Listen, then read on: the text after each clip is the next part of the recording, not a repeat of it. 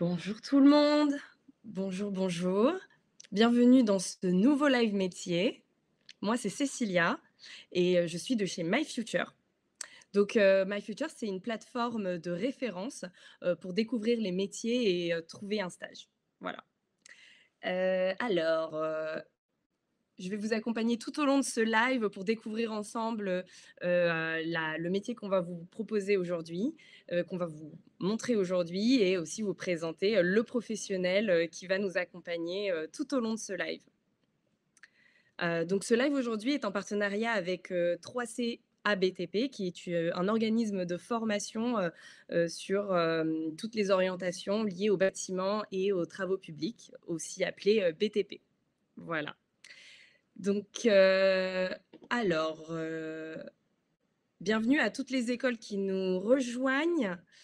Hem, alors, hésitez pas à vous manifester dans le chat pour nous dire que vous êtes, là aujourd'hui parmi nous. N'hésitez pas à, désigner un ou une porte-parole, dans votre classe, pour nous écrire, nous poser vos questions, nous passer un petit bonjour, et puis réagir aussi à ce qu'on échange, sur le live. Voilà, donc n'hésitez pas à nous écrire si vous êtes là, avec nous. Hem, donc je n'ai pas la liste des écoles qui sont avec nous aujourd'hui. Alors, heu, est-ce qu'éventuellement je pourrais avoir la liste, des écoles? Ou alors écrivez-nous en chat, vraiment, n'hésitez pas à nous dire, à nous passer le bonjour, de votre école en nous disant, hello, avec le nom de votre école. Heu, alors, hem,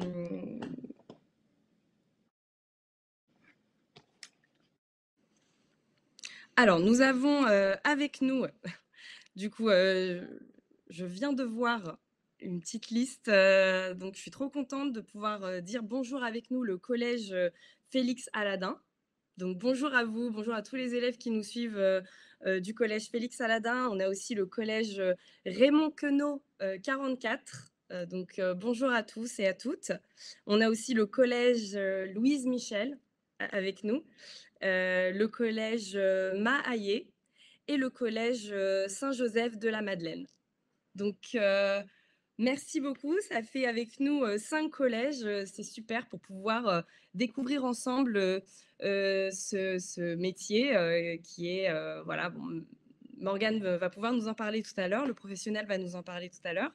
Donc le déroulé de ce live, donc d'abord le professionnel va s'introduire, ensuite nous dire en quoi consiste, son métier.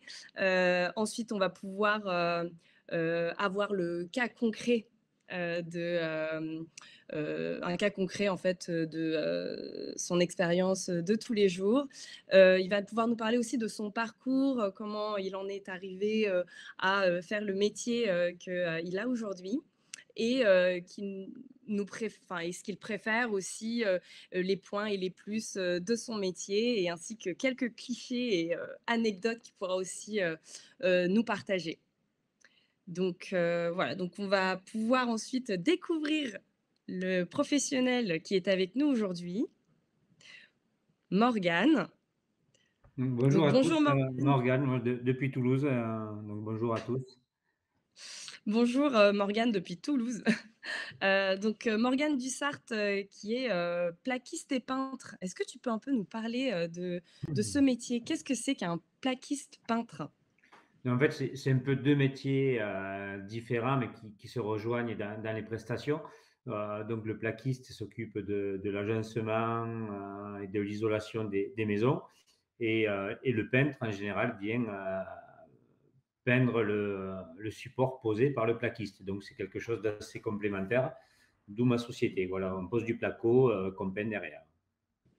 Donc, aussi, je pour, résumer aussi, ça veut dire que, on a une pièce, par exemple, une salle, de classe et on va, placer, du placo, sur, enfin voilà, dans cette pièce. On va installer, des plaques de placo et ensuite on va aussi peindre, et créer, des volumes, en fonction, de la pièce et de la structure, d'une pièce qu'on souhaite.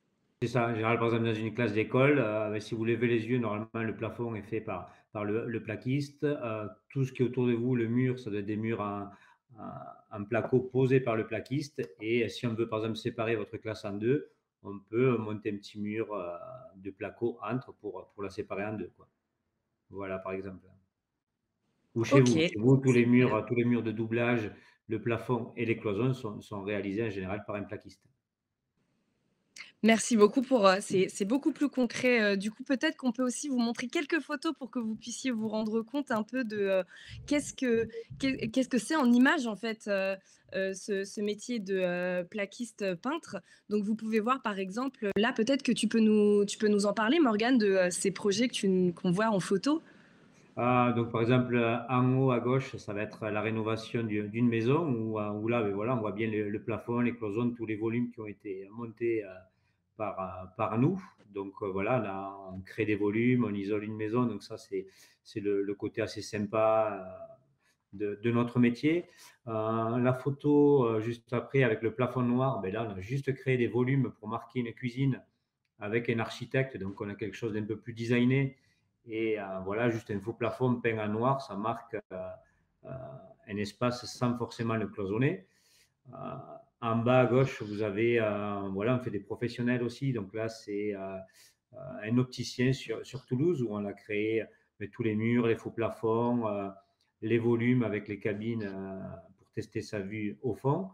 Et la dernière, tout en violette, on a fait la boutique d'une équipe de foot à Toulouse qui est le TFC. Donc on fait des choses sympas aussi. On peut faire des boutiques, juste des cuisines ou des rénovations complètes ou des maisons neuves.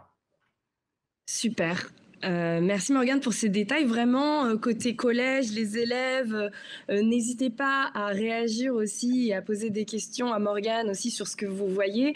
Donc, en tout cas, Morgane, moi, je trouve ça déjà super impressionnant, de pouvoir, voir, en fait, dans la vie de tous les jours, finalement, on voit le travail des plaquistes et peintres partout, quoi, que ce soit, dans les classes, dans les boutiques, ou alors, juste chez nous, tout simplement. C'est Donc ça, même voilà, c'est dans un les métier bureaux, finalement très. ouais, dans les bureaux, quand on a ces petits faux plafonds en dalle, là, en 60-60, sur des ossatures métalliques, là, qu'il y a dans tous les bureaux, dans beaucoup de classes d'école, en général, c'est un plaquiste qui a fait ça, quoi. Le plaquiste et le peintre, oui, sont toujours là, en général, dans mon projet de construction et rénovation. Super. OK, bah, je trouve ça super intéressant. On peut peut-être, si tu veux, passer au cas concret, si tu veux. Oui. Enfin voilà, qu'on puisse un petit peu, parler exactement, en fait, c'est quoi la mission, d'un, plaquiste peintre, au jour le jour, et puis qu'on déroule, ça un petit peu ensemble.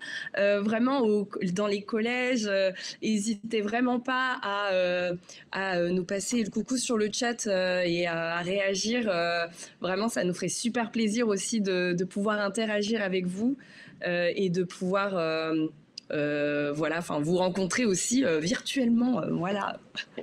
Donc Morgane, si tu veux peut-être nous parler un peu de quelle mission, tu nous as dit que tu rénovais notamment des habitations. Voilà, ouais, ben, on rénove de plus en plus des habitations parce que ben, on peut le remarquer, on en parle de plus en plus. Il y a aussi les normes qui changent pour la location, les reventes. Il y a un réchauffement climatique, on en est un peu tous conscients. Et donc, le plaquiste va poser des doublages avec de l'isolation. Donc, on va aider à moins consommer, à moins consommer. Donc, on rénove de plus en plus. Et voilà, donc quand on rénove une maison, on va l'isoler, refaire tous les murs pour avoir quelque chose d'un peu plus hermétique. Mmh, Ça, je vois. c'est ce qu'on Et, fait de plus en plus, nous. et du coup, je vois aussi qu'on a une question dans le chat qui nous dit, finalement, dans ces rénovations, qu'est-ce qui est aussi le plus difficile à peindre ou à plaquer dans cette mission?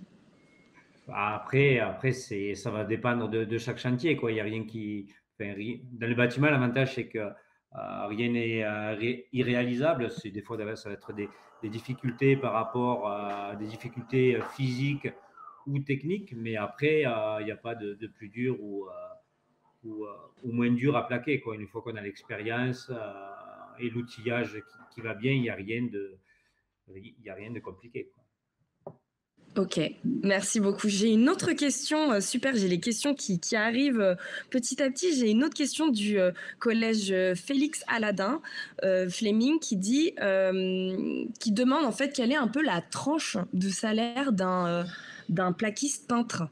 Si tu peux nous donner une petite tranche par Après hasard? ça va dépendre des villes, mais par exemple Toulouse qui est quand même une grosse ville, heu, voilà, moi mes salariés aujourd'hui, vont toucher entre 1 800 et 2 200 €, voilà, en étant, sans avoir une expérience, folle quoi. Mais, aujourd'hui, ouais, ils sont aux 35 heures. On va dire qu'un salaire moyen sur Toulouse, pour un artisan dans le placo peinture, ça va être, 1 800 ou 2 000 € net quoi. Donc c'est pas rien quoi.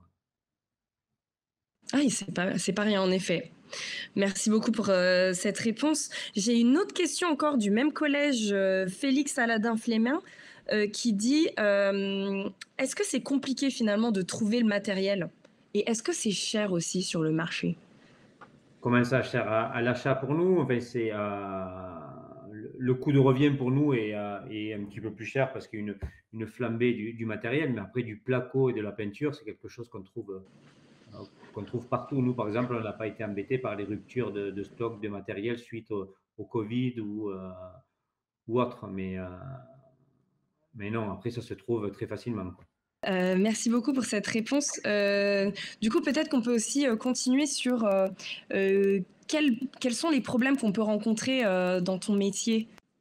Ah, mais on a un petit peu parlé là rapidement, donc ça va être le côté technique, de comment faire pour poser ou travailler, voilà, donc des contraintes, techniques comme, un garagiste qui va avoir un problème pour réparer sa voiture, il va pas savoir d'où ça vient. Voilà, ça va être un problème technique, il va devoir se creuser la tête et chercher. Mais nous, ça va être pareil pour la rénovation. On va devoir se dire: «Mince, comment on va accrocher ça là? Comment on va faire?» Donc c'est la contrainte peut être le problème peut être technique et aussi l'accès au chantier. Donc, nous, Toulouse, qui est une ville avec des immeubles, par exemple, on peut avoir un chantier au quatrième ou cinquième étage et il faut monter tout le matériel. Il y a ce côté-là, où se garer en ville, comment monter le matériel. Donc, ça peut être un problème. Après, on s'y habitue. Moi, j'apprécie beaucoup de travailler en centre-ville. Voilà. Et après, les problèmes, comme on disait, il y a toujours une solution, quoi. Mais ça peut être les contraintes du quotidien, quoi, le côté technique et le ravitaillement. Je comprends, finalement qu'il faut, vraiment essayer de toujours trouver des solutions un peu aussi tous les jours aux problèmes qu'on rencontre un peu au jour le jour et du coup j'ai compris aussi de ton métier, c'est que tu travailles beaucoup finalement avec, beaucoup d'autres personnes qui font beaucoup de métiers différents aussi. Oui, avec, beh, souvent, beh, avec un électricien, un plombier, qui lui va passer tous ces fils, toutes ces gaines derrière mes plaques de plâtre. Donc, on est obligé de se coordonner, se téléphoner, discuter entre nous, s'attendre pour pouvoir travailler correctement et pouvoir sortir, beh, une prise au bon endroit, en coordination avec l'électricien, par exemple. Ou sortir, la lumière du plafond au bon endroit et se coordonner avec l'électricien. OK Et les et clients et les un peu architectes sur et toutes ces personnes-là, quoi. je vois. Donc il y a vraiment, un groupe de personnes qui travaillent autour de toi pour que vous puissiez, aller aussi, enfin, faire un projet en fait, ensemble, que vous avez dessiné, ensemble finalement aussi? Oui, en fonction des chantiers, il peut y avoir, 10 professionnels différents comme, 2 professionnels, mais, voilà, en général, il y a quand même un client et un ou 2 artisans minimum et après il peut y avoir un client, un architecte, un bureau d'études et derrière 10 artisans. Ça va dépendre des projets, quoi. Donc on est tous avec les contraintes des uns des autres. Si un gars est malade demain et beh, si l'électricien est malade et qu'il vient pas tirer ses gaines, nous on peut pas travailler le lendemain, vous voyez? Donc on dépend tous les uns Ouais. des autres, quoi. Super. Eh bien, merci beaucoup. Sur, la question aussi de comment est-ce que vous arrivez à quelles solutions, en fait, vous arrivez à trouver, pour pouvoir aussi, faire face à toutes ces problématiques, en fait, que vous rencontrez? J'ai entendu tout à l'heure, tu nous as parlé, de, pouvoir faire face aussi aux problématiques par rapport à ce que vous rencontrez un peu, tous les jours. Est-ce que tu veux nous donner plus de détails aussi, sur ces solutions? Ouais, beh, les solutions, ça va être, bon, déjà puiser dans notre expérience, quoi, se dire: «Ben, j'ai déjà rencontré ce problème, comment j'ai fait?» Donc c'est un petit peu réfléchir, se gratter la tête et donc un peu puiser, ouais, dans notre expérience. Mais après aussi savoir demander aux autres, ça peut être un collègue de boulot, un salarié, un autre professionnel, l'appeler, lui dire: «J'ai ce problème-là, comment on peut faire?» Peut-être que lui, il l'a déjà rencontré et moi non. Ça, après, aussi demander des avis techniques, eh beh, aux fournisseurs, aux commerciaux, aux architectes, chercher sur internet, voilà, et on peut aller chercher, des avis aussi autour de nous, et surtout communiquer, quoi, donc avec les autres professionnels, et heu et voir comment faire. Mais après, c'est rare, enfin moi ça fait plus de 10 ans que j'ai l'entreprise, c'est rare qu'il y a quelque chose qu'on n'a pas pu faire, quoi. Ouais. Donc c'est un métier aussi qui est beaucoup dans la communication, donc dans la relation avec les autres. Il faut discuter aussi avec, les personnes avec qui tu travailles pour vraiment trouver des solutions ensemble, en fait. Oui, et Voilà, pour bien faire c'est un fonctionner les métier. chantiers, quoi. Ouais, mais c'est Voilà. c'est un métier finalement, qui est aussi très complet, et avec, ses enjeux aussi et ses solutions, J'ai une autre question de Mélanie, Oui. qui nous dit, «Qu'est-ce qui vous plaît le plus dans ton métier?» Mais je crois qu'on va en parler un peu plus loin, non? Je sais plus, Ouais, on va mais en parler un peu plus loin sur ce que, tu préfères, mais tu peux peut-être aussi, si tu veux, nous partager, un petit truc, voilà, si pour répondre rapidement à Mélanie aussi, non, non, mais c'est si après tu veux. ce que j'aime le plus dans mon métier, bon, c'est, beh, le fait de construire, mais aussi en tant que chef d'entreprise, beh, c'est par exemple aujourd'hui, beh, même d'être là, de parler à d'autres personnes, de les conseiller sur mon métier, c'est quand même assez valorisant pour nous, donc c'est quelque chose qui peut amener loin, donc c'est voilà, je suis un peu content de tout ça. Ce que j'aime dans mon métier, c'est que, certes, on bosse des fois dans le froid, dans le chaud, c'est dur, mais il y a beaucoup de choses valorisantes. On peut faire des chambres pour un nouveau-né là qui va arriver, donc on va faire plaisir à une famille, ou une famille, voilà, qui s'agrandit, ou un projet de vie pour un jeune couple, construire une Mmh. habitation pour un jeune couple. Donc on fait des choses quand même assez valorisantes, et on est souvent remercié, quoi. Super. Merci beaucoup, Morgane, pour, ce petit, début de réponse sur ce que tu préfères dans ton métier. On va peut-être passer à ton parcours, si tu veux aussi. Ouais. Est-ce que tu peux, nous parler un peu de ton parcours, du coup? Comment est-ce que, tu en es arrivé à ce métier de, plaquiste, peintre? Voilà, qu'est-ce qui t'a motivé aussi à rentrer dans ce beau métier? Moi, c'était pas une vocation d'entrée de base, quoi. J'ai fait une école hôtelière, voilà, je me cherchais un petit peu. J'ai fait mes études hôtelières que j'ai beaucoup appréciées. Après, je me suis orienté dans le commerce suite à ça. J'ai fait un petit peu de commerce, et des rencontres ont fait que j'ai découvert ce métier. Ce métier m'a plu, une personne m'a fait aimer ce métier, me l'a un peu appris, et du coup, j'ai passé un CAP de plaquiste, pour aujourd'hui, voilà, avoir les compétences pour être plaquiste, quoi. Et toi, tu fait une formation en alternance, pour pouvoir, Non, c'est une for une, heu une formation de reconversion type AFPA pour adultes, sur 1 an. Donc après, même le CAP plaquiste, je crois qu'il est sur 2 ans. Donc voilà, c'est un processus qui est assez court. On peut avoir un métier entre les mains à 18-20 ans. Voilà, moi je l'ai fait un petit peu plus tard, beh, par choix, et la vie a fait que. Mais voilà, c'est quelque chose d'assez simple si on est, motivé, consciencieux. Voilà, avoir un CAP plaquiste ou peintre, voilà, c'est vraiment à la portée de tous, quoi. Après, il faut être passionné, mais c'est à la portée de tous, quoi. OK, je vois. Et est-ce que, dans, la boîte, enfin la boîte, l'entreprise aujourd'hui où toi tu travailles, est-ce qu'ils embauchent en alternance, en plaquiste peintre ou dans les métiers du BTP? Dans le métier des Du BTP, oui, bâtiment? c'est recherché. Nous non, parce qu'on est une petite structure, voilà, on est 4 dans la société. Heu, c'est assez compliqué. On prend des stagiaires, on prend souvent des stagiaires du coup qui sont heu, en reconversion de métier, parce que c'est des stages qui durent un petit peu moins longtemps, c'est entre 2 et 4 semaines. Donc on essaye de jouer le jeu là-dessus. L'alternance, pour être honnête, moi, le pauvre jeune qui viendrait chez moi, on serait en train de courir partout. Je pense que j'aurais pas le temps de le former correctement. Donc voilà, ça sert à rien de prendre quelqu'un si on n'est pas capable de jouer le jeu derrière, quoi.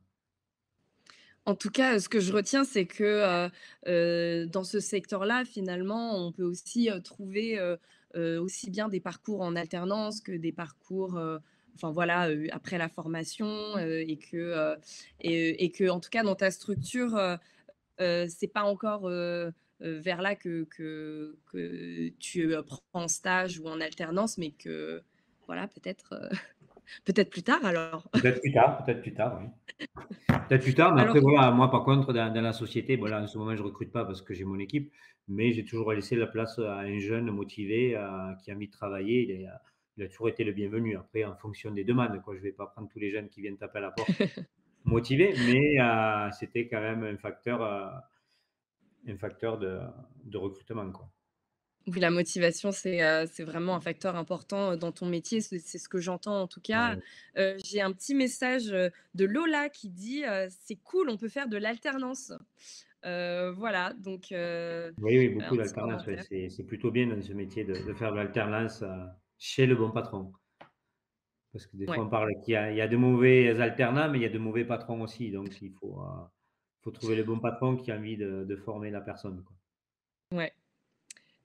On peut peut-être, si tu veux passer à la suite, on va passer sur, ce que tu préfères dans ton métier. Donc tu nous as déjà un peu parlé de, ce côté très, humain, que voilà, que tu aimes beaucoup. Est-ce que tu veux nous en dire un peu plus sur le côté, créatif et ce sentiment de liberté, aussi? Ouais, donc beh, l'aspect créatif, voilà, c'est qu'on crée des pièces, on rénove des appartements, des maisons, on va enfin, comme on l'a vu sur certaines photos, on crée des volumes. C'est pas juste monter un mur tout droit.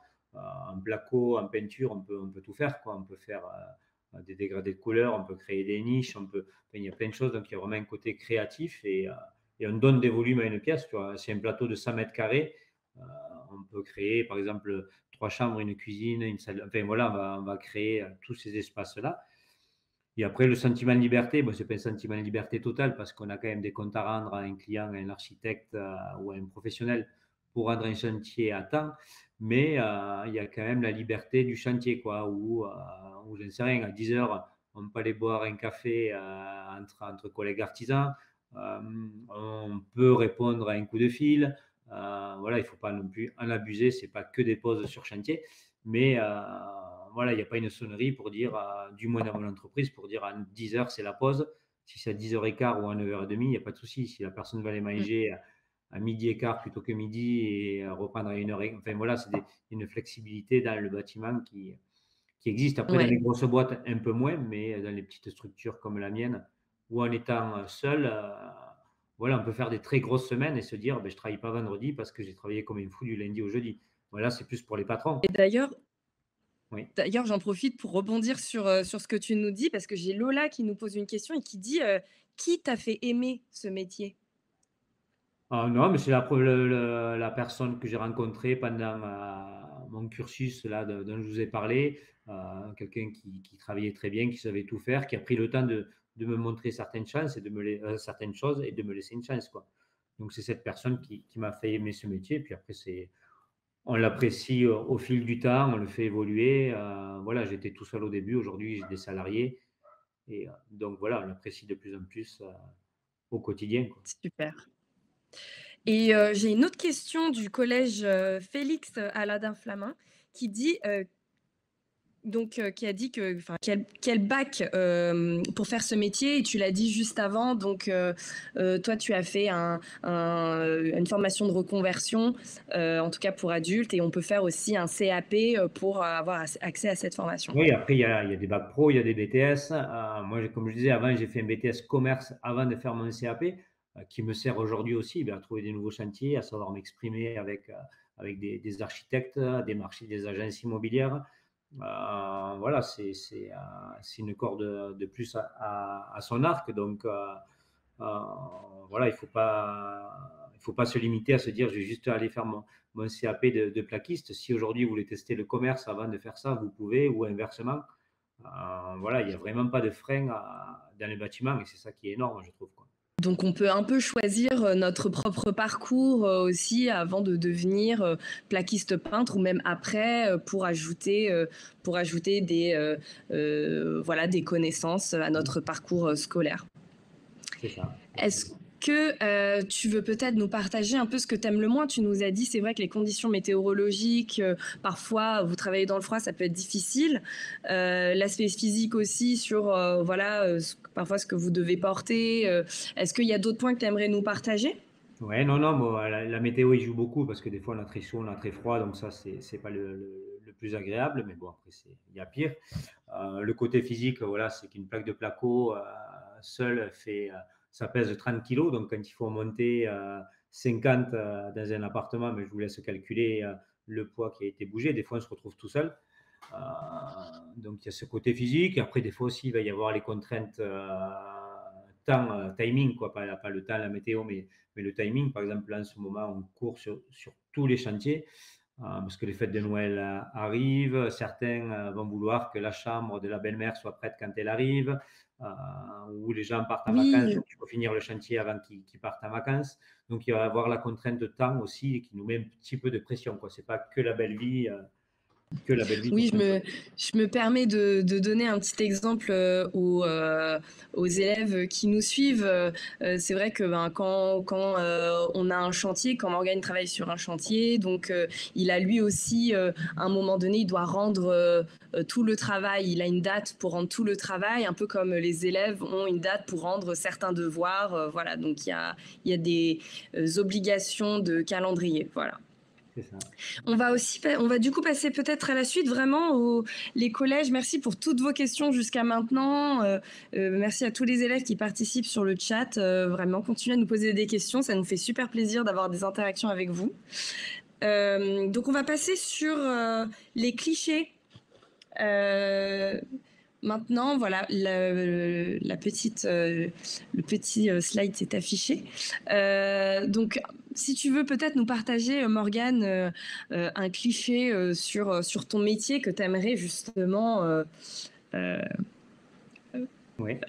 enfin, détruire, si je peux dire, casser. Ouais, non, non, mais après, c'est le cliché qu'on a un petit peu tous de l'artisan, quoi, de la personne qui a peut-être raté son cursus scolaire parce que, et du coup, elle part dans la voie du BTP parce qu'elle n'était pas reconnue à l'école ou enfin, enfin, il y a X raisons qui aujourd'hui peuvent amener les personnes sur ce secteur-là, mais c'est pas juste une voie de garage, quoi. Moi, aujourd'hui, je suis artisan, j'ai ma société, donc bon, mais je sais faire des choses de mes mains. Donc déjà, ça, c'est énorme. Il y a beaucoup de personnes qui sont pas capables de planter un clou. Donc déjà, euh, ils savent compter peut-être mieux que moi, mais ils savent pas faire certaines choses de leurs mains. Et encore, je vous dis mieux compter, c'est qu'aujourd'hui, dans une boîte, ben, justement, il faut savoir compter. On fait un petit peu de compta, de gestion. On fait du marketing pour trouver du chantier. On se fait un petit peu de pub. On a une page Instagram, une page Facebook, on a un site internet. Donc, on est sur chantier où des fois c'est pénible, mais en fait, on est un vrai couteau suisse, quoi, parce qu'on sait faire plein de choses et je trouve que ça, c'est super et très enrichissant, quoi. Aujourd'hui, qui a un métier qui propose du manuel créatif, de la réflexion avec la gestion, la compta et de la stratégie avec du marketing, comment trouver ses nouveaux clients. Euh, voilà, il y a du recrutement aussi, la gestion humaine. Voilà, aujourd'hui, il n'y a pas beaucoup de métiers qui offrent ça, quoi. Et en se disant qu'on est juste artisan, voilà, juste artisan on n'est pas un artisan de base, quoi. En fait, on fait plein de choses, quoi. Et mes salariés, aujourd'hui, moi, je vous parle en tant que chef d'entreprise, mais mes salariés vont travailler avec des personnes, on va dire, entre guillemets, un petit peu connues sur Toulouse, avec des cadres, par exemple, de chez Airbus, avec des avocats, avec des experts comptables, avec, je sais pas, avec plein de personnes. Et aujourd'hui, eux, ils sont aussi fiers et ça les enrichit de travailler, d'échanger avec ces personnes-là, quoi. En général, pardon, je Ben, vais continuer, mais en général, dans un bureau, mais on est avec ses collègues de bureau, mais sur chantier, on est avec tous les clients que la boîte peut offrir, quoi. Je comprends bien que vous avez une grande équipe autour de vous, que vraiment vous interagissez, vous parlez beaucoup avec tout le monde, notamment sur les chantiers. Du coup, je rebondis aussi sur une question où on me demande, c'est Cindy qui me demande, comme tu nous disais que tu es en fait chef d'entreprise, est-ce que tu touches tu es dans la tranche, aussi, de que tu nous as donnée salariale, enfin la tranche de salaire, d'un plaquiste peintre, En fait, voilà, comme tu nous as le dit tout truc à qu'il y l'heure. a, quand on est chef d'entreprise, beh, on essaye de se payer le mieux que l'on peut. Après, il y a des mois où c'est plus compliqué, où on va se payer petitement et des fois on va plus se payer. Après moi c'est pas mon cas, mais par exemple, j'ai des collègues plombiers qui arrivent à gagner, qui ont des grosses boîtes, donc c'est des exceptions au milieu des autres, mais qui arrivent à gagner plus de 10 000 € par mois. Mais voilà, c'est pas tout le monde. Après, je connais des plombiers qui se sont plantés. Heu, voilà, donc on peut très bien gagner sa vie. Heu, Moi, par exemple, je la gagne correctement, mais je privilégie aussi, un confort familial, heu, à ce jour, quoi. J'ai des enfants et tout, donc je préfère aller les chercher à l'école que de travailler jusqu'à 20 h ou 21 h tous les jours. OK. Voilà, Merci plus on beaucoup, travaille, plus on c'est très gagne, clair. quoi. C'est très clair, sur ce point. J'ai plein de questions qui arrivent, donc ça, c'est super. J'ai, une autre question, qui se rapproche aussi de l'anecdote peut-être avec, qui me demande, c'est quoi ton plus beau projet? Non, mon plus beau projet, je sais pas, non, non, on rénove des très belles bâtisses, on a des parutions sur des petits magazines à Toulouse et tout, donc en général, ça va être ce type de magazine, enfin ce type de réalisation qui que vous pouvez voir dans des magazines de temps en temps, quoi, donc avec des belles couleurs, des beaux volumes, des beaux objets de déco derrière. OK. Après, non, à chaque fois, on va dire: «Ah ça, c'est le pire projet, ça, c'est le plus beau projet». Puis à chaque fois, il y en a un nouveau qui arrive qui est plus beau ou qui est pire que l'autre, quoi. Mais, non, J'ai cru, comprendre aussi du coup que tu travaillais parfois pour aussi, des célébrités. oui, enfin, une célébrité, on va dire toulousaine, quoi. On va travailler des fois avec des joueurs, par exemple, de rugby connus, avec des artistes toulousains. Bon, après, on peut pas forcément citer les noms, mais du coup, on voit des chouettes personnes que nous, on voit à la télé. À Toulouse, on aime bien le rugby, donc on les voit à la télé le samedi et des fois, on va travailler pour eux la semaine, donc ça, c'est cool et marrant aussi. Après, des fois, on va même faire des restaurants, donc on est content d'avoir, participé à la création d'un restaurant et derrière, on va y manger ou voilà, donc c'est des petites satisfactions. Après, on prend ces clients-là comme les autres, mais on est toujours content. Merci Surtout mes, beaucoup. mes enfants, quand je leur dis j'ai travaillé là ou là, me demandent papa, tu peux m'amener sur le chantier, quoi. Ah ben, la chance en tout cas, de pouvoir avoir d'aussi bonnes, relations avec ses clients. J'ai une autre question de Cindy qui me dit, «Si le peintre ne respecte pas son délai, il n'est pas payé ou que se passe-t-il?» En fonction des chantiers, il peut y avoir des pénalités de retard. Par exemple, ça peut être 100 € par jour, donc 10 jours de retard, ça fait, par exemple, 1 000 €, et cetera. Après moi, j'ai la chance, j'ai quand même des clients plutôt cool. On essaye de ne pas être trop en retard, donc en général, on n'en arrive pas là. Mais, heu, mais oui, il peut y avoir des pénalités de retard, quoi. Après, si on fait un mauvais travail, on peut ne pas être payé ou moins, bien payé que ce qui était prévu. Mais ça, c'est normal si on ne travaille pas bien. Mais après, oui, il peut y avoir des pénalités de retard, surtout sur des gros chantiers. Par exemple, sur les projets d'une construction d'une école, il y a des marchés signés et tout. C'est assez carré. Nous, on ne fait pas ça, mais euh, voilà, je sais que là, il peut y avoir des pénalités de retard.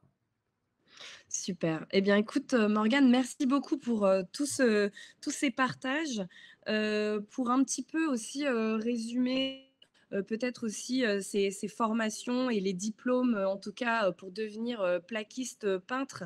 Donc on peut faire un CAP, métier du plâtre et de l'isolation et staffeur ornementiste. On peut aussi faire, un MC plaquiste ou un, BP, métier du plâtre et de l'isolation ou bien un bac pro aussi, aménagement et finition du bâtiment ou encore un BTS en aménagement finition. Voilà, donc c'est vraiment selon votre expérience, professionnelle, et votre projet, que vous pouvez aussi, choisir, ces types de formations, professionnelles. Et si vous voulez vraiment, en découvrir, davantage en tout cas, sur les parcours qui existent pour, ce métier du bâtiment et des travaux publics, n'hésitez pas à aller sur le site de, 3CA, BTP. Vous avez le petit logo là, en haut, sur la, voilà, en haut me semble-t-il à droite. Voilà, donc je tiens à remercier aussi, le Morgane déjà d'avoir pu, partager, son expérience, tout au long tout au long de ce live. N'hésitez pas si vous avez des dernières questions. Merci à tous les collèges aussi, d'avoir pu, être là, pendant cette introduction de nouveaux métiers, de plaquiste, peintre. Nous avons, aussi un prochain live qui arrive. Alors je, n'ai pas la prochaine date, donc n'hésitez pas à aller voir sur le site aussi de My Future, pour voir, pour voir tout simplement la date, du prochain live, métier ou du prochain reportage, métier, que nous ferons. Et puis aussi, on va vous envoyer un questionnaire dans le chat. Donc, si vous pouvez aussi prendre quelques minutes pour y répondre, vraiment, ça serait super. Alors, je reviens juste sur le prochain live. Donc, j'ai l'information. Donc, c'est demain à 11 heures et ce sera un live virtuel de l'entreprise Henri Selmer ou Henri Selmé. Voilà. Donc voilà, n'hésitez pas à vous connecter pour assister à cette visite virtuelle. Ça va être vraiment super pour découvrir vraiment tout, enfin découvrir cette entreprise et en apprendre plus. Posez vos questions aussi à ce moment-là. Donc, on va vous envoyer le questionnaire dans le chat. Et puis, n'hésitez pas aussi à nous suivre sur notre compte Instagram MyFuture pour suivre aussi toutes nos aventures.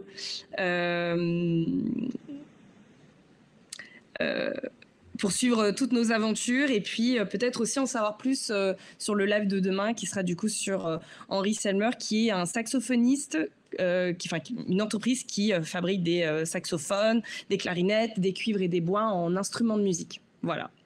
Morgane, merci beaucoup Avec plaisir. pour Merci à vous. d'avoir partagé ton expérience et je vous souhaite à tous et à toutes une belle après-midi. Au revoir, Merci beaucoup. merci.